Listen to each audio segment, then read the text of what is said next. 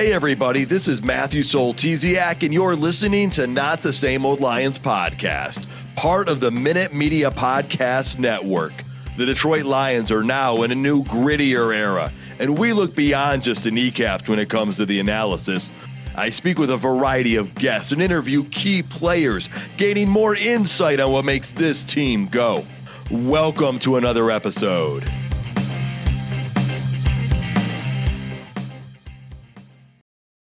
In this episode, I speak with David Montgomery about a major accomplishment and him connecting with fans during a youth football camp. Then we hit on a number of items coming out of the Detroit Lions' first round of OTAs, and we discuss insights shared by Jared Goff, Jameson Williams, and others, and we'll reflect on a lot of information that Coach Campbell dropped as well, plus observations from practice. In the middle of the show, we got the Frank Ragnow retirement news. We dive right into that one as well, folks. You're going to want to hear that and more. Let's get to it, Lions fans. This is Jameer Gibbs, and you're listening to Not the Same Old Lions podcast. Joining me today is Coach Jerry Angers. He's the former Michigan High School Coach of the Year, as well as named Coach of the Week by the Detroit Lions. He's now the Scouting and Training Director for Bull Rush Sports. Coach, good to have you here.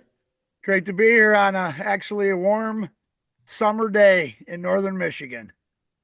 We've waited long enough for the weather. We're not going to wait any longer for James Cook, though, because he's here and he's joining us. He is the Sports Writer of the Year for Community Newspaper Holdings Incorporated. He is the Senior Sports Writer for the Traverse City Record Eagle. James, we're happy to have you here with us as well. I'm happy just to be awake. Went to a heavy metal concert last night down in Grand Rapids, and I got back home in the middle of the night. So if I'm dragging or if I fall asleep during this, no offense. Coach is a good person to motivate and keep people awake, so we will keep you with us. And we'll try and keep this as short and succinct as possible, but we appreciate you making those sacrifices, James. Folks, 10 push-ups right now, James. Let's go. All right, folks, as we get started, remind you to tell your friends about the show. You can find us on Spotify, Apple Podcasts, all major streaming platforms. And if you want the video version, you can find us on YouTube. Okay, guys, let's start with part of my David Montgomery interview. Here it is. During game days, you've got kids and parents on the sideline cheering for you, wanting your attention, but you have a game to get ready for. In an event like this, how is it different for you to be able to connect with kids when you don't have the game on your mind as well? Yeah, for sure. You come out here with a bunch of kids and you're not really preparing for a game, so it gives you the opportunity to kind of be like free and being able to connect with the kids in another way that you wouldn't on game day. All right, now let me ask you about your why, okay? I was at Lions training camp last summer, brought my twin daughters, one of which has your jersey, and you took time after practice to autograph their hats. You made your way up and down the sideline interacting with people. Not every player does that. Not every player does this. Why do you do that?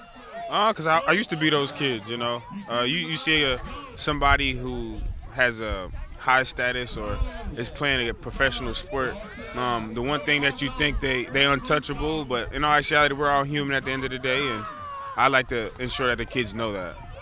Awesome. You recently had a really big accomplishment. You finished your degree at Iowa State University. Tell me a little bit about why you went back and did that and what that meant to you. Yeah, I always told my mom if I started it, I'd finish it, so I made a promise to her, and I wanted to keep it, and I had my son, so I wanted my son to see that I can do football and do it at a professional level and still accomplish the things that I started with being school. So, thank you so much. Have a great camp out here today. It was great talking with David and learning a little bit more about him. Coach, I know you're a pretty big fan of his play as well. Oh, there is. I mean, here's the thing is on David Montgomery. First of all, I mean, we can go through all those interviews. First, how he's helping the kids. Second of all, you guys remember when he came back from injury last year and, he was the number one running back and he just came back and said he's here to support Gibbs. He's here. It's Gibbs's team now. I'm just here for him. I mean, you can't ask for a better guy. You get 2 angry run awards last year. He probably could have had 10 of them. And, when we got him, we were excited. And now that he's playing for us, I can't be more happy than to have David Montgomery on our team. Just the elite, great team player that it's all about the Lions. It's not about him. Yeah, I mean, I did think we did an emergency podcast tonight. The Lions signed him in free agency because was head over heels thankful for this addition because just knew how good he was, not just at Iowa State, but seeing him play for the Bears. And I was thankful the Bears misused him so much because whenever we faced him, it benefited us. But you're exactly right, Coach. Team player, and he's about the wins, which, we heard Sam Laporta talk about as well. It's not all about the individual stats. It's about what are we doing collectively as a team and as an offense. So, all right, well, let's turn our attention to OTAs. There's so much information coming out from last week. Let's start with guys not practicing. There were about 20 of them, maybe 23 or 24 if you count some guys who aren't even playing in the NFL who were not practicing, but Coach Campbell mentioned Barry Sanders, Chris Spielman, and Calvin Johnson, tongue-in-cheek, they're not practicing or limited as well. But many of the guys who are doing light work or not participating. Sounds like a lot of people are recovering from injuries last year still. James, what are your thoughts on this? Yeah, I think the Lions are going to be incredibly cautious with everybody's health this season. After what happened last season and with having the extra preseason game this year, you're going to see a lot of extra precaution taken this off season with how much guys are playing, how much they're practicing. Having the bye week in week 8 is kind of nice. That it's not as early as it has been in the last few years. It's kind of been the trend. But they want to get to that bye week healthy rather than need that bye week in week 8 to get healthy. That makes sense. That makes sense. And Coach Campbell talked about, he stressed actually how a lot of these things were very, very minor for a lot of these players. They're being overly cautious, especially with the rookies. And he also talked about having to get a lot of these guys right early, Coach, because that Hall of Fame game, that game's going to be here. The Lions are playing a football game next month. Can you believe that? But it's legit happening next month. So it speeds some things up. The timelines get adjusted. So they want to make sure everyone's right for the start of that Hall of Fame game and entering training camp into that. Oh, for sure. And I think you're holding these guys back. Most of them know it. You're looking at a 90-man roster. You got 53 guys that played last year. Well, you had a lot more than that. But, guys that have already know what's going on. Yeah, some of the terminology's probably changed a little bit with the new coordinators and things like that.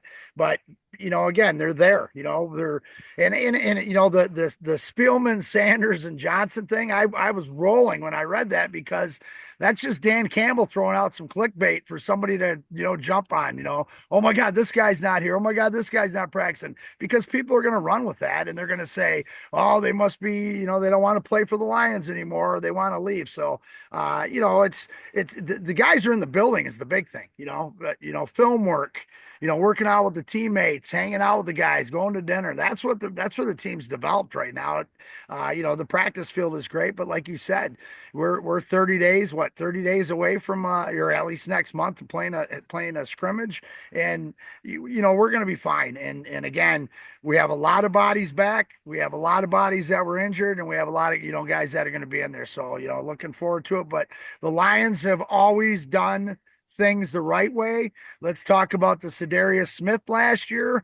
We brought him in. That would have been his bye week for Cleveland. What did the Lions do? Take the week off. And that's exactly what happened. And I that's what I love about the Lions. It's all about the team. Yeah, they didn't try to force him into action thinking, all right, hey, we need him as bad as we can. They want to make sure he was going to be there later on. And, I think what this says to me is there were people playing at the end of the season for the Lions that were probably more nicked up than we realized on some of those guys. And so they probably just need more time to recover, to get better, and whatnot. And you're right, Coach. I like the part about the camaraderie building. A lot of returning players, but you got a few new ones coming in, be it rookies or a couple veterans here and there. And so you want to build that camaraderie. You're studying film. We're going to get into some of those things when we look at the coordinators and the coaching changes. But most of the guys are there. Actually, they're all there except for 2. There's 2 guys that did not report, and it's come out that it's Alex Anzalone and Frank Ragnow. Could be contract talk related. There's been speculation on that. James, we'll start with you. What are your thoughts on these guys not being there? And does it sound like it is contract related? What are your thoughts on that?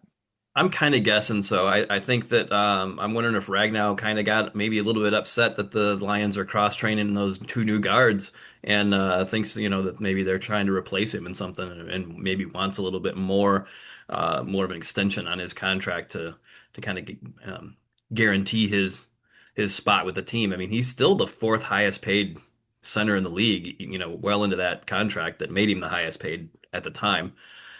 So I don't know that the money is necessarily the issue, but maybe just adding on some more years, if he wants an extension. With Anzalone, I mean, he's in the final year of a contract, so this totally makes sense, that he wants an extension and probably wants it now. Yeah, well, a couple things here. One, my understanding is Ragnow, yes, he's got 2 years left on his contract, but what I've heard is that none of it's guaranteed anymore. And so if he shows up and gets hurt or something, that can change the calculus on everything. And then the calculus on Anzalone is crazy because a lot of Lions fans, if you look at the contract he signed 3 years ago, people were like, wait, we're bringing this guy back? I mean, that was the sentiment out there that people were surprised he was coming back. And now the market's changed so much and he has continued to improve that he's arguably outplayed that contract, Coach. And so from a coach's viewpoint here, what's your perspective on each of these guys and the situation? I know, and Campbell pointed out, when Campbell spoke, it was like the last day of May. So he's like, it's May, I'm not worried. What are your thoughts on these things? Yeah, I agree. I think the Rags thing, the guaranteed money, I think James hit that. Somebody said that he was only going to make 9.5 million this year. Well, his contract's 14.5. So not sure where they came up with those figures. And I think that's the thing is, the guy has played through a fractured throat or something, that toe thing. And I think he wants to make sure that, he's going to get guaranteed money. He is still the fourth highest paid. I think he's the best center in the league. And I'm sure you guys would probably agree with me or pretty close to it. And I think that's one of the things. And again, I think that goes back to the Barry Sanders, Kelvin Johnson, and Chris Spielman not practicing thing. Everybody wants to take that and turn it into a problem or a concern, and the Lions will take care of it. Brad Holmes and the group take care of their players. We see it every year, so I'm not concerned with it. And Anzalone, yeah, I think they both. We pay people early. We extend contracts early to save money, and I think you're going to have to see them, maybe come out and give Anzalone some more money, or change it, or say, hey, with the both of them, let's guarantee these guys for the next couple of years, or Anzalone at least for for another year or two, and go from there. So I'll be concerned with it in September if they're not in camp. All right. Well, I'll probably be concerned before then, but yeah, you're right, in camp, right? And it's not camp yet. And Coach Campbell already said he's communicated with these guys directly, and he's like, I'm not going to, that conversation stays between us, which is cool, which is the way it should. And honestly, that's how things get done, is when you don't open it up to the masses. James, anything else you want to weigh in on the Ragnow situation or the Anzalone situation, if there even are situations, really, just the news about these guys? Yeah, I mean it's a situation, but I think that they'll take care of it. It would make sense for them just to restructure his contract and guarantee some of this year's money. And then, but maybe not next year, to still give themselves that flexibility if, God forbid he does get seriously injured this year or something, when they're going to have that salary cap problem in 2026. They don't want to be hamstrung even more. But they could just go in and pretty much fully guarantee this year for Ragnow, and I think that would pretty much make both parties happy, and then you move on. So I don't know that it's going to be a big issue. Makes sense, yeah, because you obviously want him back in there repping with the guys.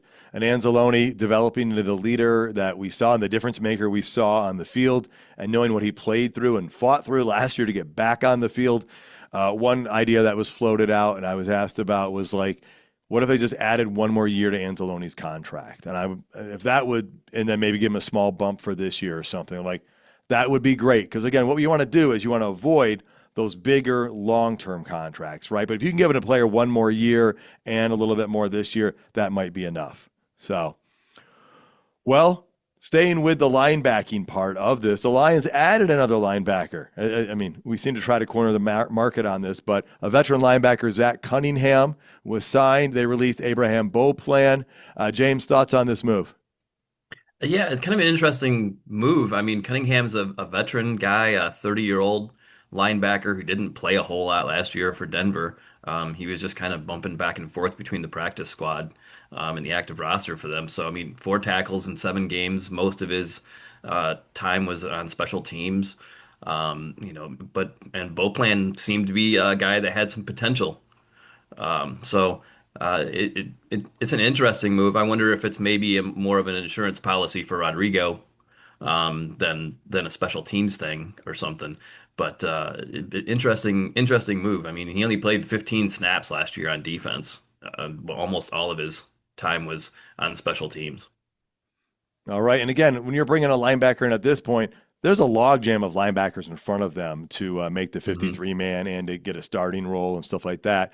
Coach, what do you think it is? Is it just the veteran presence in the locker room right now and to see if there's some knowledge he has to the game that might help fit in? Or what are your thoughts on this move? Well, I think it is a veteran thing, but also you got to remember Morton came, even though Morton's an offense coordinator, he came from Denver. And so he knows who this guy is, and those are things that, maybe didn't fit well in their scheme, maybe didn't fit well with their linebacker coach, maybe somewhere down the road or prior to this, Shepard had seen him, known him, watched him, recruited him, and, to bring that presence in. I mean, you still got some younger guys. And again, we know that with this roster, the way that it's put together right now, there's going to be some guys being released and cut and trying to squeeze into practice squad, that we're going to say, oh my God, I can't believe he's leaving. So, I think it's a veteran thing as much, but also somebody somewhere previously down the road knows what this guy is all about and how he can help us out. That makes sense. And, that's going to be interesting because we know most of these guys, if not all of them, will end up on, not all of the guys there, but all the practice squad guys will likely come from this 90 man that we have right now, with a slight exception of maybe 1 or 2. And so, and we also will see some of these guys get picked up by other teams. We saw that last year as well. So staying with the Johnny Morton thing, though, you brought it up, right? Coordinator changes. How's that going to impact the offense? The national media has given the Lions a big step back because of this. Jared Goff talked about how they're doing some new installs, but he said even if it was the entire same coaching staff that returning, that there would still be some of that. But Coach Campbell did point out they have 14 guys who were either new or in a new position for coaching. And he said well, he didn't say it, but that's a lot to maneuver, and they're working out the kinks right now, Coach. When you have those types of turnovers, what's your approach? What's your philosophy to try and get things smoothed out? We've got a lot of same returning players, but a lot of the coaches are new. Yeah, it's, it's football, right? You tackle, you block, things like that. I mean, that doesn't change. You got a bunch of guys that have their own philosophies. You have your tweaks from last year and say, oh my God, we can do this better. Jamo's, oh my God, Jamo looks unbelievable. Morton wants to go downfield. So yeah, there's always growing pains in those situations. But if you rest on what you did the previous year, you're not going to be better the following year. That's part of coaching. You don't go back and go, oh my God, we won 15 games last year. We don't need to change anything, and coaches steal every day, guys. Coaches steal from other coaches. None of us invented the wheel, nor are we going to reinvent the wheel. We are going to cheat or not cheat. I'm going to say we're going to steal things from other coaching staffs, and we're going to tweak it and put it and say, man, this would work a little bit better with these guys. So again, those aren't concerns. People concerned, that the social media concerns, oh my God, the Lions, their Super Bowl window is done because they changed 2 coordinators. Philadelphia Eagles changed 2 coordinators last year. I think I've mentioned that about 9 times now.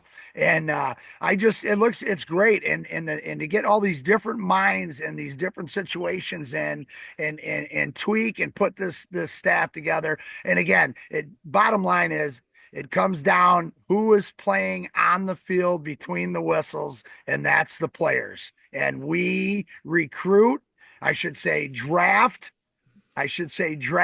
players that are smart and intelligent. Can't wait, boys. Well, that's the thing. I believe it was Dan Miller that I spoke with in February who said, nothing against the coaches, but it's a player talent-driven league. Like you said, Coach, you got to have the players on the field, no matter how great the coaching staff is. James, you've been following this team a long time. 14 guys in new positions or new leadership roles or new to the team. What's your take on this shuffling of the coaching staff and what it's going to take for them to gel? Yeah, a lot of people that I've talked to, just, fans, that I've just talked Lions about with, that seems to be their biggest concern is the loss of the coordinators and the change with assistant coaches a lot. But one thing I think that I'm not worried about that because the Lions didn't really have a big overhaul on their roster. So, for the most part, the Lions had a pretty good continuity from last year to this year, from a personnel standpoint. So I think that that's going to kind of blunt this changeover in the coaching staff, and that you have a bunch of players who were here last year and know what they're doing. So I think that those two things kind of help each other out. That you got a lot of changes in the coaches, but you don't have nearly as much as what a normal NFL team does in an off season, as far as changing out personnel. Yeah, and this isn't a typical coaching change situation with the coordinators leaving for a couple of reasons. One, you're not going to completely new systems because the old ones weren't working, right? So it's not a complete overhaul that way. And two, we've already got familiarity with both of these guys. As we've heard people speak ad nauseum about, John Morton was here before. Obviously, Calvin Shepard was promoted from within. So you're going to have some familiarity. And I also like the fact that you are bringing a guy like David Shaw in to maybe bring in a different perspective. It's always great to have someone who's not in the middle of the situation come in and give input on their observations. Because, Coach, you've been with the same team for multiple years. You've brought different coaches in at different times, and that also has to breathe in just a little bit of freshness to the whole situation. Oh, yeah, for sure. I mean, we're trying to coach players up all the time. We're trying to coach coaches up all the time. I mean, as a head coach, Dan Campbell's coaching up the coaches that came into him, so he's got to get them on his same thing. And it is a breath of fresh air. A guy comes in with some new things. Yeah, we were a gimmick team. We did a lot of gimmicks last year, a lot of trick plays and stuff last year. Morton comes in and says, we're airing it out. I'm throwing down we're sending, takeoff routes, 9 routes, whatever you guys want to call them. I don't care. And I think those are things that the freshness comes in. AG as the DC. Now you got Shepard as the DC. Shepard's been in those places. The Lions have put those guys in positions at team meetings to carry team meetings, throughout the week. He's always developing. So the guys that stayed within the Lions program that have coached before, Dan Campbell's been coaching them to be an elite coach as a coordinator. So I look forward to it. Shaw, again, he's got some great. He was a great offense coordinator, head coach and stuff like that. And I think he's a player's coach. So looking forward to how they're going to blend and match. And I think it's going to be a great fix. All right. Well, you talk about blending and matching. I don't think any area on the team's going to have more blending and matching than the offensive line. One observation that came out of practice was Christian Mahogany was at left guard. Graham Glasgow was over at right guard. Tate Ratledge was taking snaps at guard and center. And so this offensive line's unique. I mean, we've got 4 returning starters from last year. You've got Christian Mahogany, who was like the senior guy who filled in, obviously replacing Zeitler at this point, but not necessarily in the long term. People are just kind of doing it out of de facto because he's the guy with experience. But you brought in Ratledge. You brought in Frazier, right? You've got other guys. You've got Kobe Sorzo. What's going to be made of him? You've got Natane Muti. You've got Michael Neese. And Coyote Awashika, who, that's one of my favorites. I don't know, I just like the way he played in spot duty 2 seasons ago in the playoffs, and that just impressed me quite a bit in that Tampa game. So what are we making? I know there's a lot to dissect here, James. There's a lot to figure out. What are your thoughts on Mahogany over at the left spot and Graham over at the right spot? Anything to make of that? Or you think the Lions are just trying to test everybody out and see who's versatile? Because I heard Kobe Sorrell even took snaps at center. It's kind of crazy. Yeah, I think it's a little bit of both. I mean, they're playing to Glasgow's strength, which is playing on the right side rather than the left. He's just better on that side. And they're also just working in all these young guys that they got, this influx of young talent on the offensive line. I mean, I'm pretty excited about this offensive line as a unit. Just how much, they didn't rest on their laurels of, well, we have a good offensive line, so we don't need to tinker with it or anything, and they went out and added to it. So that's something that I'm really excited about for this season. All right, Coach. People have said, moving Graham back to right because he was there 2 years ago when Jonah Jackson was playing left guard. You think that's kind of the reason, or what are your thoughts on this? You've worked with many of offensive lines in your day. Well, the left side, right side stance is definitely different, but Graham's a better right guard. We all know that. He was moved over because of Zeitler. He was also moved over because of versatility, because they figured that he could go over and play left side. He can also play center. Okay, following that leans into the Ratledge and these guys doing all these different positions. When you're only carrying, I think we carried 9 O linemen last year. That were on active roster, if I remember correctly. Now you got a guy that can fit in a situation if Rags goes down during a game. Now we can move Graham into center. Now we can move, maybe Ratledge into center, maybe Ratledge in the right guard. So it's huge when you only have that many bodies to carry. So and again, the young guys are the ones that have to learn and struggle and work harder to make the roster and to make positions. Graham Glasgow is a veteran. Put him in a spot. Let him be comfortable. He shouldn't, he doesn't have to work, and see if we can get 2-3 more years out of him. That's what the Lions are doing with that. I feel that, that's the thing. The younger guys, you can tell them, hey, you're playing center. Hey, you're playing guard this week. Hey, you're playing left guard this week. You're going to complain? Absolutely not. You're trying to make the roster and earn that big paycheck. So, I look forward to it. And I think James just said it and you guys said it. I'm really looking forward to seeing what this offensive line turns out to with the veterans that we have, with the talent that we have, and with the young guys that we drafted to fill in with the guys that, have been on the roster. Boy, it's going to be cut time is going to be pretty hairy in the competition. If we could get down to a couple practices, I think this was the one that I would just want to glue to and watch, because the practices are going to be intense with these guys. Yeah, I mean, we had a solid offensive line, a very solid one with only one piece removed, and then we added that much more talent to it. James, Tate Ratledge, I mean, that could be the right spot to, he could be the next guard center fill-in, and I don't know what will happen if you're going to start a rookie right away, like week 1 or week 2, but maybe by the second half of the season, there's a chance that Ratledge becomes the backup center on a fill-in spot duty. I mean, what's your assessment on that possibility and how quickly something like that could happen? Well, they've been cross training, guys all over on this line. The new guys, especially Frazier and Ratledge.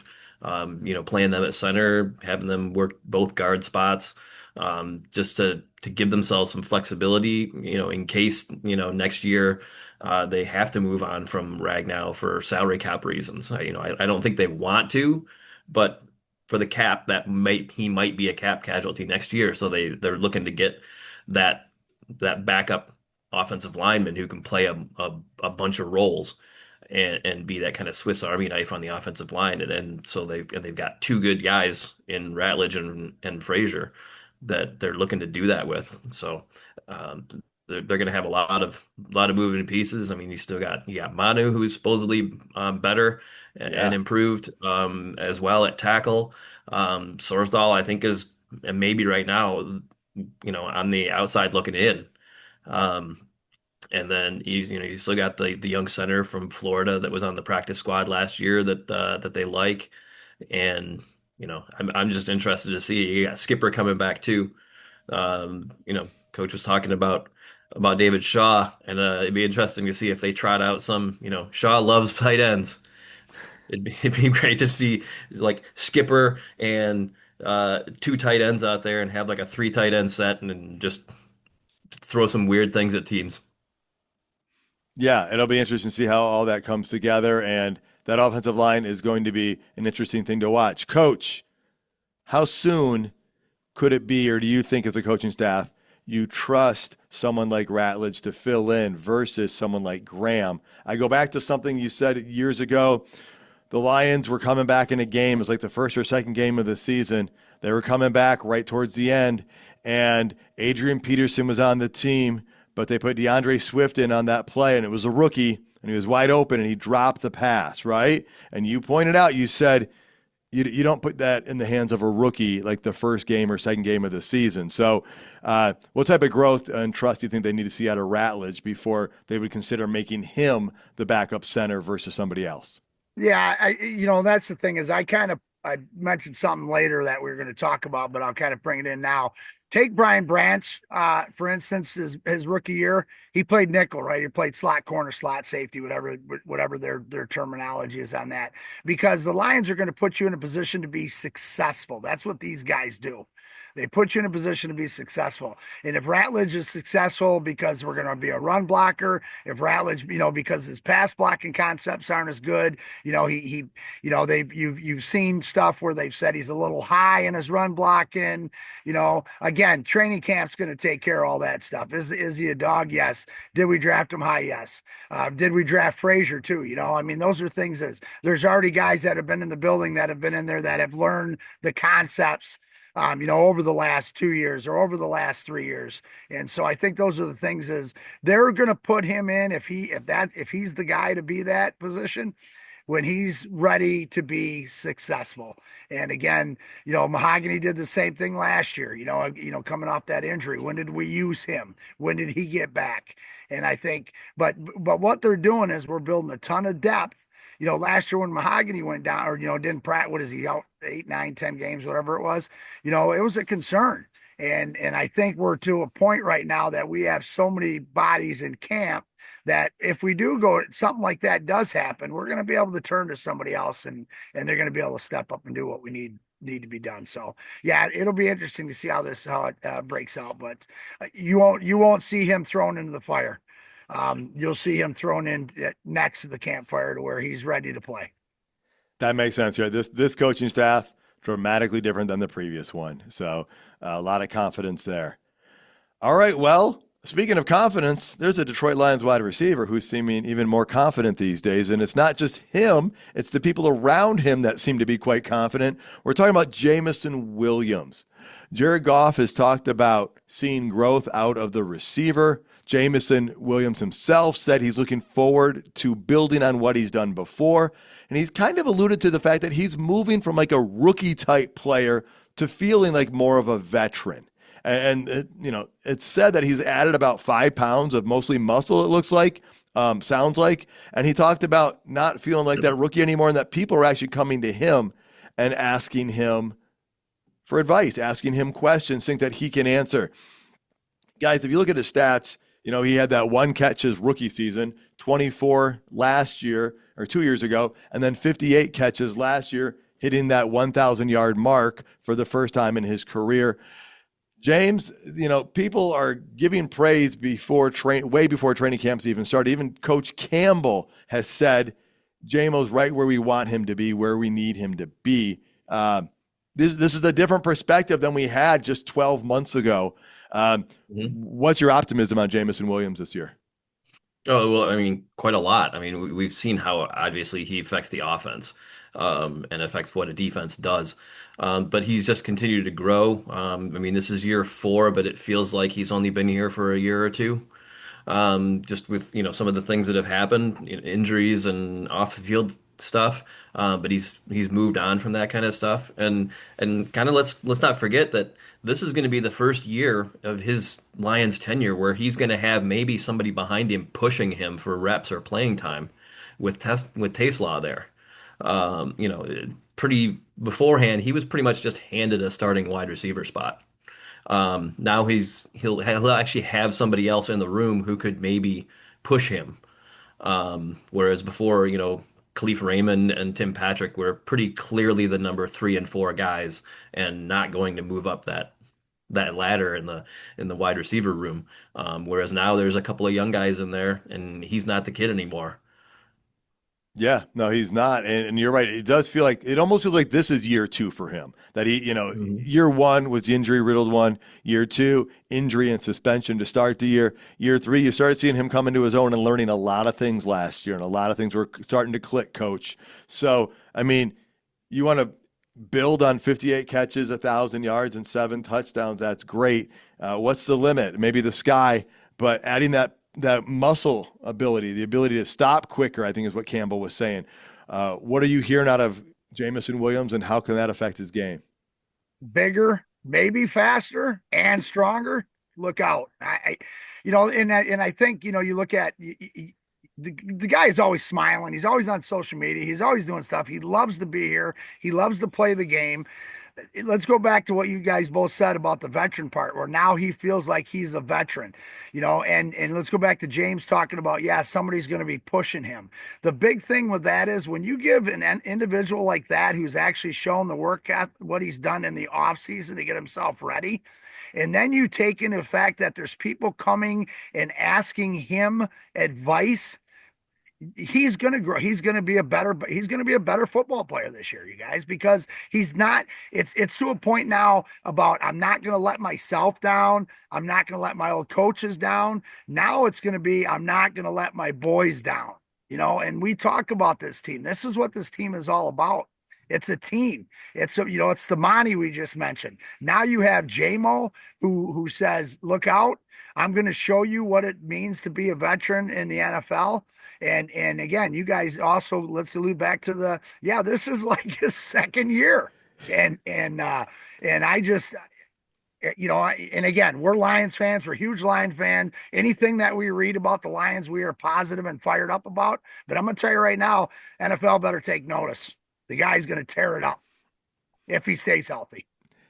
Yeah, I mean, the offense, and I'm going to say this a few more times before the season starts and even during the season. I'm going to try not to get caught up with any of the numbers. All those stats that we got lost in last year were fun to talk about and be mesmerized by, but it's going to come down to the wins and losses and how healthy we can be at playoff time. But we got to look at a couple of things on this offense. As good as our offense was last year, guys, think about these things, right? Tim Patrick is going through an entire offseason with the Detroit Lions. He didn't have that last year. Heck, he didn't have an entire offseason with anybody when he was healthy. So I think you're going to see Tim Patrick be even more impactful than he was last year. And, I mean, Jameson Williams taking things to another level is really scary. I mean, the speed is the speed. And then you're adding all those other attributes. And as we've all said and we've all seen, the man is electric. I mean, as soon as they did that end around to him against the 49ers in the NFC Championship game, you're just like, Jamo's got the ball. Jamo. I mean, yeah. And so, and his attitude and his personality, I think, play right in with this. And he's learning well from St. Brown and the others that this offense could be even scarier this season than last season. And again, I don't know that I want to measure it all by numbers. One of you guys talked about there were a lot of gimmicks last year. Will they still do that stuff? I think they probably want to have some creativity and fun, because we saw so many times, including that Minnesota game, where everybody thought we were going for it, and we didn't, but we got them to jump off sides. So I think we'll keep enough in to keep them guessing, but this isn't like an offense that's at its plateau peak. St. Brown's growing, Laporta's growing, Tim Patrick, even at his age, is growing. You got the running backs, you got JMO. I mean, yeah, this offense is set to be as good as last year. That'd be my assessment. James, anything else on the offense on Jameson Williams? Well, I mean, not with JMO, but I mean, just the offense as a whole. I mean, the line, I think, will be better, I think, even than last season. Zeitler was a big loss, but they invested heavily in the line. They added more depth at wide receiver with bringing Patrick back. Khalif Raymond's healthy now. You add Taslaw, you add Lovett, the kid in the 7th round. So now the depth at wide receiver is there. I don't know where there's a weakness on this offense. Yeah, and they'll take this time to gel and learn some of the new nuances and get ready for week 1 against the Packers. Well, let's jump over to the defensive side. new defensive back, DJ Reed, talked about his experience with the Lions, and he was asked, what does he bring to the defensive back room? And he said, he talked about his leadership from that experience, not just on the field, but also off the field and how he trains. But he also said, I'm still growing. I'm still learning the playbook. So he's not coming in there like he knows everything. And that's a good thing, especially when you enter a club that's got this many guys on the team. But we know the important role he's going to play, Coach. So, what are you expecting to see out of DJ Reed? What do we need to see out of him to know that he was the right guy for that position? Well, I think the leadership part, he's going to come in, he's filling in, we lost the player, we lost the DB, he's coming in and taking that over. His goal is that, you read social media and stuff like that on his posts and stuff, and all he talks about is the Super Bowl. I think he's also playing the little chip on his shoulder because he's not, when we signed him, did we know about him? Yeah, a little bit, but he's not one of those elite guys. He's not one of those guys that are like the guy from the Chief a couple of years ago making all that big money. Anyways. And so I think that's the biggest thing that you're seeing with DJ Reed and him coming in. It seems like he's already come in and taken that leadership role. Plus he knows he's got some young guys. And then he's bragging about Amik Robertson, and oh my God, he's the best slot corner I've ever seen. Though that's leadership right there, man. That's getting guys. Those are developing the dogs. And DBs believe they're all dogs. They have their own little clique. They have their own little things that they do to upset receivers. And I think he's just a great fit for us. And I think he's going to fill in great. And it's going to help, Rick Stroud. It's going to help, TA and even some of the younger guys coming in. So yeah, looking forward to watching him play. And I think we've just got another DB in a room with a chip on his shoulder. And man, I love DBs with chips on their shoulder. Yeah. And he's obviously praised the safeties already. James, I'm liking the fact that he has that leadership presence and he's a veteran and he's worked his way into that, which is, ideal for not just Terry and Arnold, but probably even more so Enos Rakestraw, who didn't have as much of a rookie season. What are you looking to see out of DJ Reed throughout training camp? Well, really, he's the only big change on defense aside from guys coming back from injuries. You lost Iffy and you lost Carlton Davis and replaced him with Reed. That's about the basis of the change in your defense, aside from injury stuff and guys that you drafted. So a man corner is probably the easiest guy to assimilate into a defense. So you're not going to see a whole lot of a change in the defense. Kelvin Shepherd will be a little bit different than Aaron Glenn. We'll see how much, but I think DJ Reed was a perfect addition in free agency after they lost Carlton Davis. All right. Well, we got some breaking news that we're going to get to here in just a minute. Like as we're recording this, there's some breaking news happening with the Detroit Lions. We're going to stay on defense here for a minute though, guys. Almost buried the headline on this one. Aiden Hutchinson, he's out there. You guys, it's just good to have him out there. Obviously, no pads, right? So we're not going to know a lot of things until actually training camp starts. But it's important to see this. Even though most assumed he would be at this position at this time and ready to go for this season, it's still really important, James, to see the progress on all this. Yeah, I'm guessing you guys saw the same thing that I saw. That's what I said. There's some breaking news we'll get to in just a couple of minutes here. But having Hutchinson out there is going to be great. That's an addition to the defense that they were missing pretty much most of the season last year. So that's just another add to that defense. I'm not really worried about Hutchinson at all. It's a broken bone. Those things heal better than ever. So. It's not like it was an Achilles or an ACL type of thing. Hutchinson's one of those guys you plug him in there and he's good to go, I think. All right. We're going to stay on the defense here. And after this defense, we'll get to the breaking news. Coach, Hutch is a top 3 defensive end. I think I can safely say that, right? Top 3 defensive end in the NFL.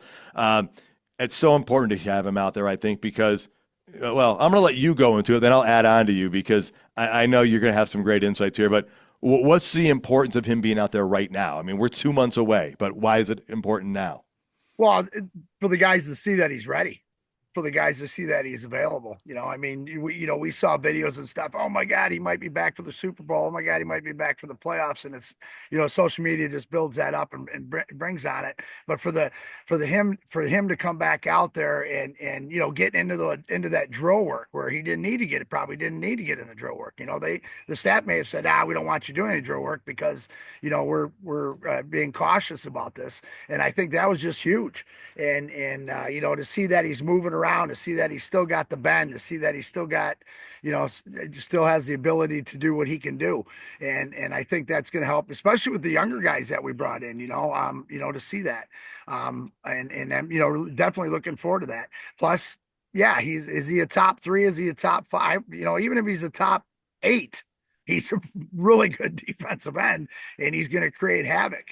I'm going to touch base on Davenport also real quick, with that. I'm looking at, we don't realize how big and how massive and how much of an athlete Davenport is. He's like 285 pounds. And and they say that he looks healthier than he's ever looked, for us. And then over the last couple of years. So I think that is huge, for us, because with Hutch back and Davenport, the 2 veteran guys back, now we can take those rookie, our rookie DNA, and the younger guys and baby step them, bring them along and put them in situations again, like we did with Branch his rookie year, and be successful in that part. So, but having Hutch back and seeing him and no more talking and knowing how hard is that guy going to work, because that is the longest he has ever been away from the game of football. So looking forward to this.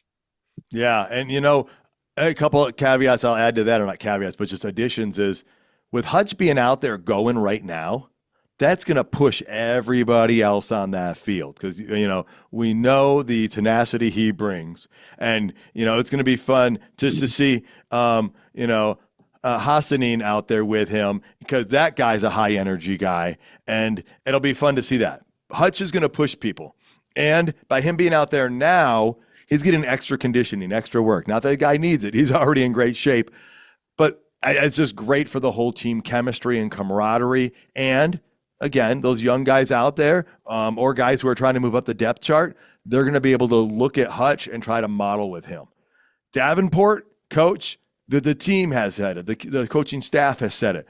The man's a beast and a half. The only issue has ever been his health. And I know number one ability is availability. I get that. I'm not going to argue with that. If you're not on the field, you can't do it. But I just come back to it's been a lot of different injuries. And, someone asked me about that before once with a player. I'm like, if it's the same injury over and over, I've got a bigger concern. But when it's a myriad of them, it's not there. Do I want the Lions and Zadarius Smith to get together? Yeah, I do. Why? For depth.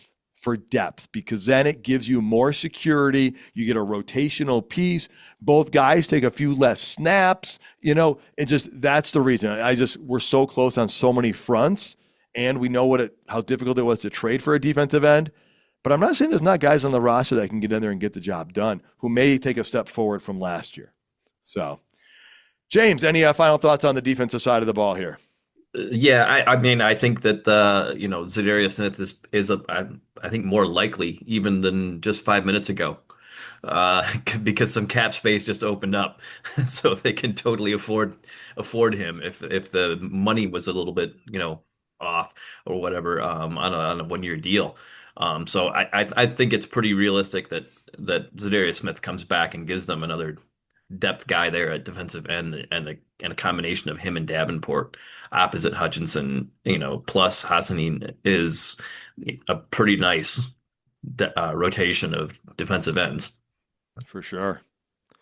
Well, they say timing's everything, right? And this is not good news for Lions fans, but Detroit Lions center Frank Ragnow on Instagram has announced he's retiring.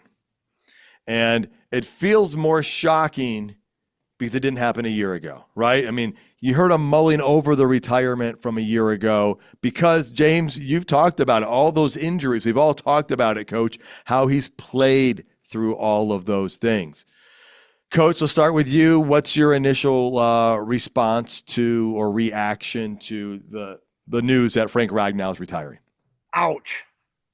That hurts. Talk about, yeah, I just, hopefully it's for him to get guaranteed money. Who knows? I don't, it's one of those things that, I kind of go back to Kelsey, with the Eagles, when he retired, but also there was times, prior to that 2 years, 3 years where he had talked about the retirement. I know Rags has talked about it over the last couple of years because of all the injuries that he sustained and stuff like that. So that's a huge void. Leadership, a guy that's been through the ups and downs in the Lions organization. And again, hopefully he sits out a couple weeks, month, and then says, well, I really think I want to play again because I know the Lions will bring him back. But, not up. It's his body. It's his decision if he does choose to do that. I back him. I respect him. I'll always love him as a Lion. And I hope that it's something we don't have to talk about and on the next show say, dude, he came back. Oh, sweet. So good luck. And, he is a big fisherman, so maybe he's going to do that and take care of that stuff. So, but good luck with that. And hopefully this is a social media buzz thing and it looks like it's everywhere. And he changes his mind in a couple weeks and comes back. Well, here is his full message, guys. It says, these past couple of months have been very trying as I've come to the realization that my football journey is ending and I'm officially retiring from the NFL. I've tried to convince myself that I'm feeling good, but I'm not, and it's time to prioritize my health and my family's future. I've given this team everything I have, and I thought I had more to give, but the reality is I simply don't. I have to listen to my body, and this has been one of the hardest decisions of my life. The Lions organization has been absolutely incredible throughout this process, and I can't emphasize this enough, how grateful I am for this team and all the fans. It was an absolute honor going to battle for you all. So, again, though those injuries catch up, right? We've seen it shorten other people's careers as well, James. What's your reaction here to Frank's message? Yeah, obviously it's a shock. But we see now why they drafted two offensive linemen who have the potential to slide over and play some center and brought Glasgow back. So you have to feel that maybe Holmes thought this was a possibility. And they were already working those guys in OTAs at center. So the Lions obviously thought maybe this was a possibility, even though they had kind of talked about how they thought he was in the best health of recent years. But I mean, it's just another thing with the Lions covering all their bases and looking ahead and just being ahead of the game. Yeah, and 7 seasons, 4 Pro Bowls, 3 second-team All-Pro honors. Those are pretty impressive. Coach, I want to piggyback on what James just said there, right? Did the Lions have an idea this could happen? I mean, Coach Campbell said, he's had open communication. The way this organization has been rebuilt, let's just say it that way, it's been rebuilt in recent years. You got to believe that Frank was letting them know how he was feeling. I mean, you're the one that's been a coach. You've had relationships with players. You have inside things on that inside the team that everybody on the outside doesn't. And so you think that's probably an accurate assumption that there was communication going on and the Lions were preparing for the possibility? No doubt in my mind. I think, again, this is such a team with open door policy, with staying on top, always talking about, always explaining things. As soon as he didn't show up to the OTAs, which he had done in the past, social media came out. He's mad about his contract. He's only going to make. He wants guaranteed, and so we build on that. Yet we go back to what James said. What you guys said is that they went out and drafted 2 offensive linemen. Okay. And, we were a little shocked about that. We were, everybody's like D-line. And so I think that's the thing is the Lions believe in what Brad Holmes and Dan Campbell and the Lions organization is doing each time they do it because there's a reason. And that's what you do. We're behind the doors, behind the scene. We don't know what Frank Ragnow said. We don't know what Frank said. Maybe that's why the team was so distraught when they didn't make it to the Super Bowl last year, because Frank had told all the offensive linemen in their little meeting room amongst them and said, keep it amongst yourself. I'm probably done after this year, guys. I don't know if my body can go through it. I don't know if the off season I can save it. And I think you brought it up too, Matt. Last year it was the same thing. We thought maybe he might not come back last year. With those injuries. So, I think that's the biggest thing. I think they knew it. I think, Frank, open door policy, Frank had said, I'm probably done. My body, I just can't do this anymore. And, they see it's, football is taxing and tough on your body, especially at the center position. And like I said, disappointed, sad, probably going to, after I get off air, go cry for a little bit. But, hey, I love the guy and he'll always be a Lion. Yeah, I appreciate him coming back and playing last year because that was a decision to make, and he ran it back, right? He said, "You know what? Let's run this thing back, see what we can do."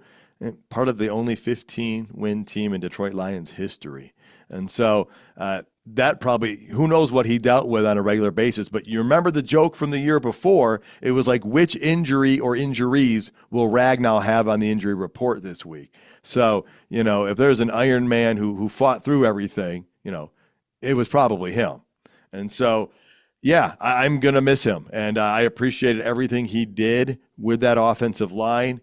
And guys, within 35 minutes of the news coming out, ESPN already updated the depth chart for the Lions. Well, that's ESPN doing it, not the Lions doing it, of course.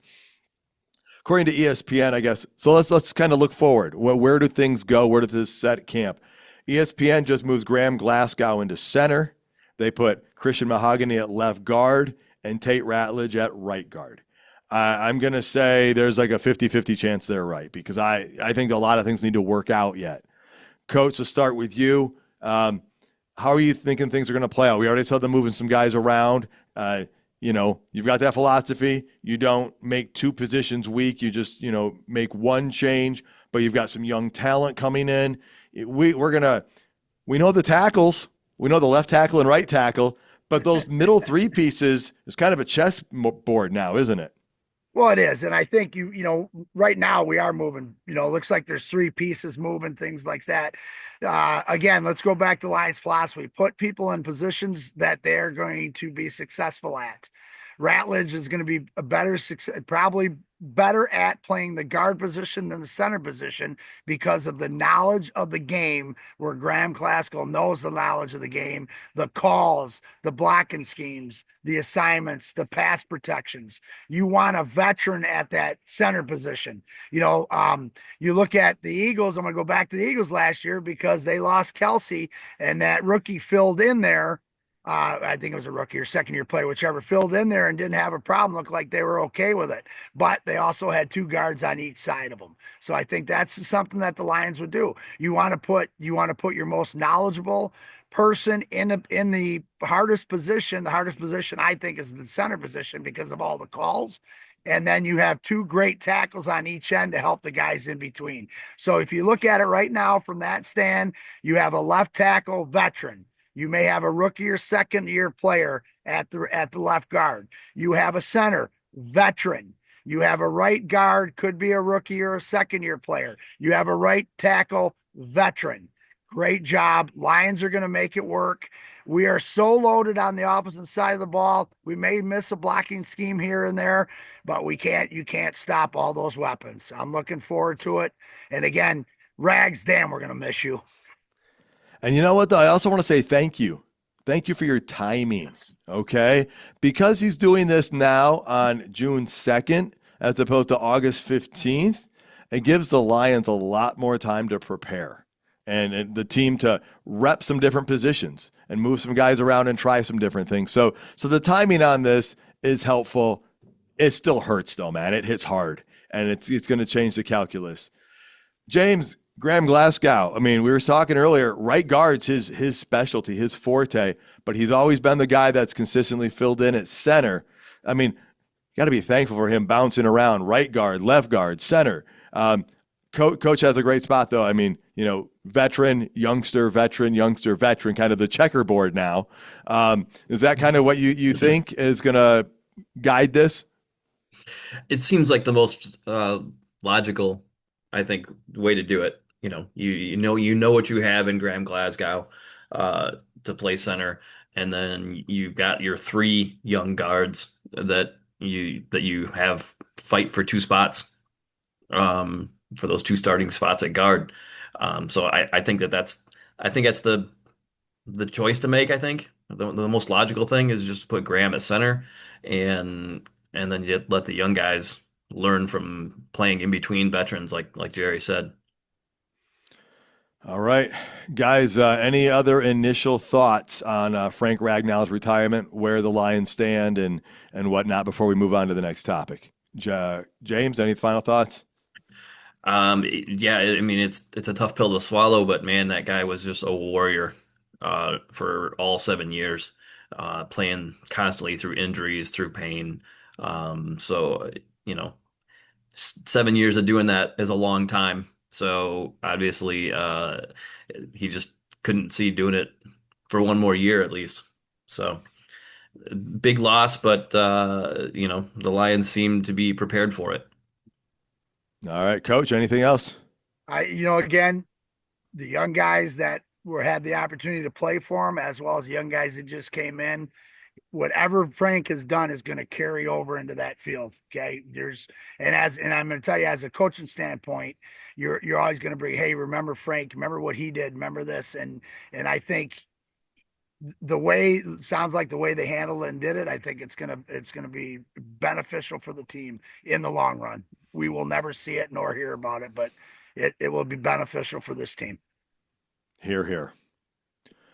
All right, let's move on. Last couple topics here. Show's a little longer due to this, but that's perfectly okay. Coach Campbell was asked about the schedule and getting ready for 2025. I think message number one was there's no room for complacency. They have to get better. You can't say we won 15 games, let's roll it back out. A year ago, we heard Campbell talk about this, and I think it was with the New York Giants, where he came back with the same team from the year before, and they got relaxed and stuff, and the team, I don't know, maybe went 500 that next year. He loves this schedule.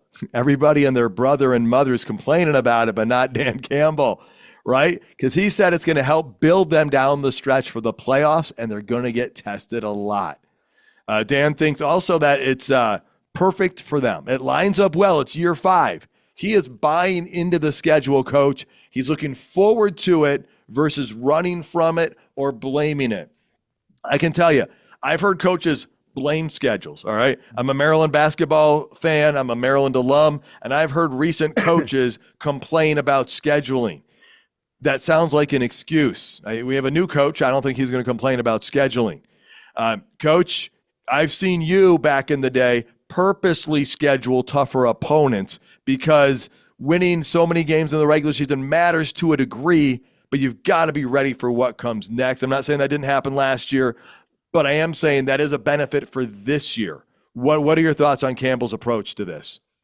Totally agree. I mean, if we go 15-2 this year, oh my God. If we go 12-5 this year, we're going to be better than last year. People aren't going to see that because they're going to see the schedule. But I think, Campbell said it. We're going to go on the road. We got big road games. We got divisional games. We open up with division.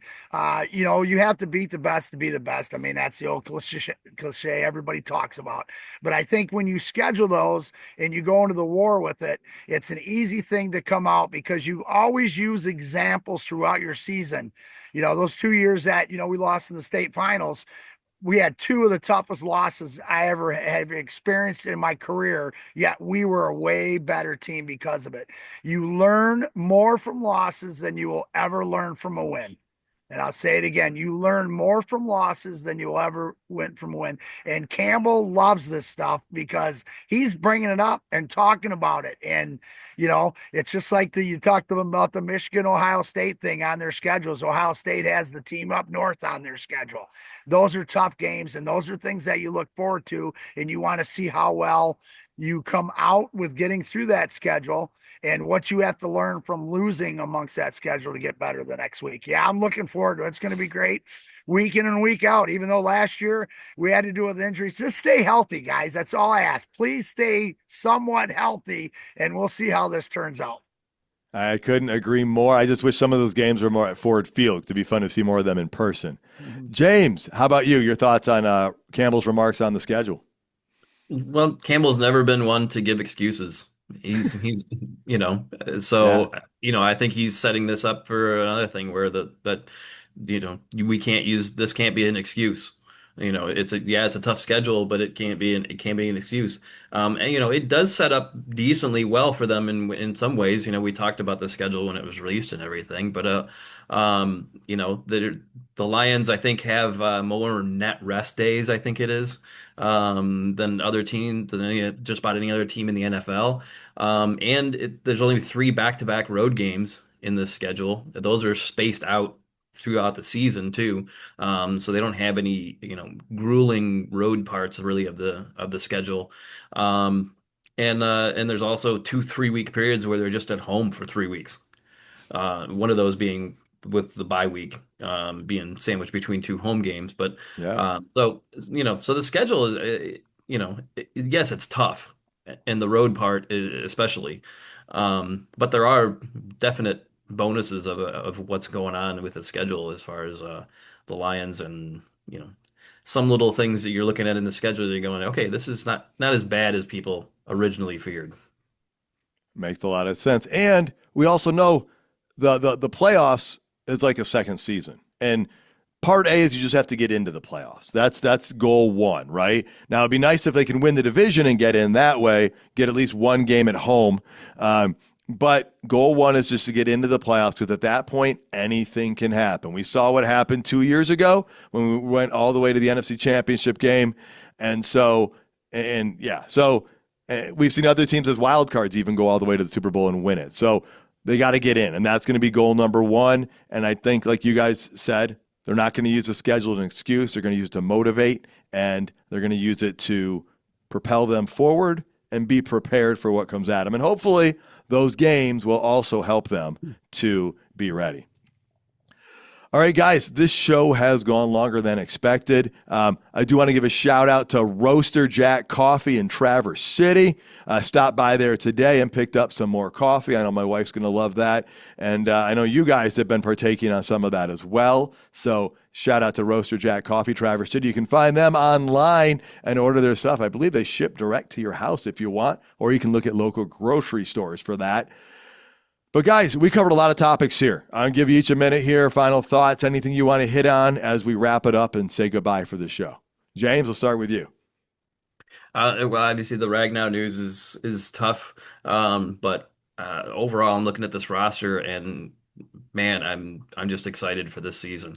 If they can just have a modicum of health this season, this can be just another great season. I don't think you'll see 15 wins again, just because of the schedule, but I think it can be just as successful of a season. All right, Coach. Yeah, depth. I think depth is going to be depth, and injury free is going to help. And one quick thing too on that schedule, we do play 3 games, I think, where we have an extra day of rest than the opponent we're playing. 3 teams coming off Monday Night Football. So don't look at it as bad as it is. Look at the positives, and Dan Campbell's looking at it as the positives. Let's go. We're going to play the toughest or the second toughest schedule. Let's see how we make out. And hopefully, and I know he's going to tell everybody, hopefully we're not 100% healthy coming in the playoffs, because get out of our way.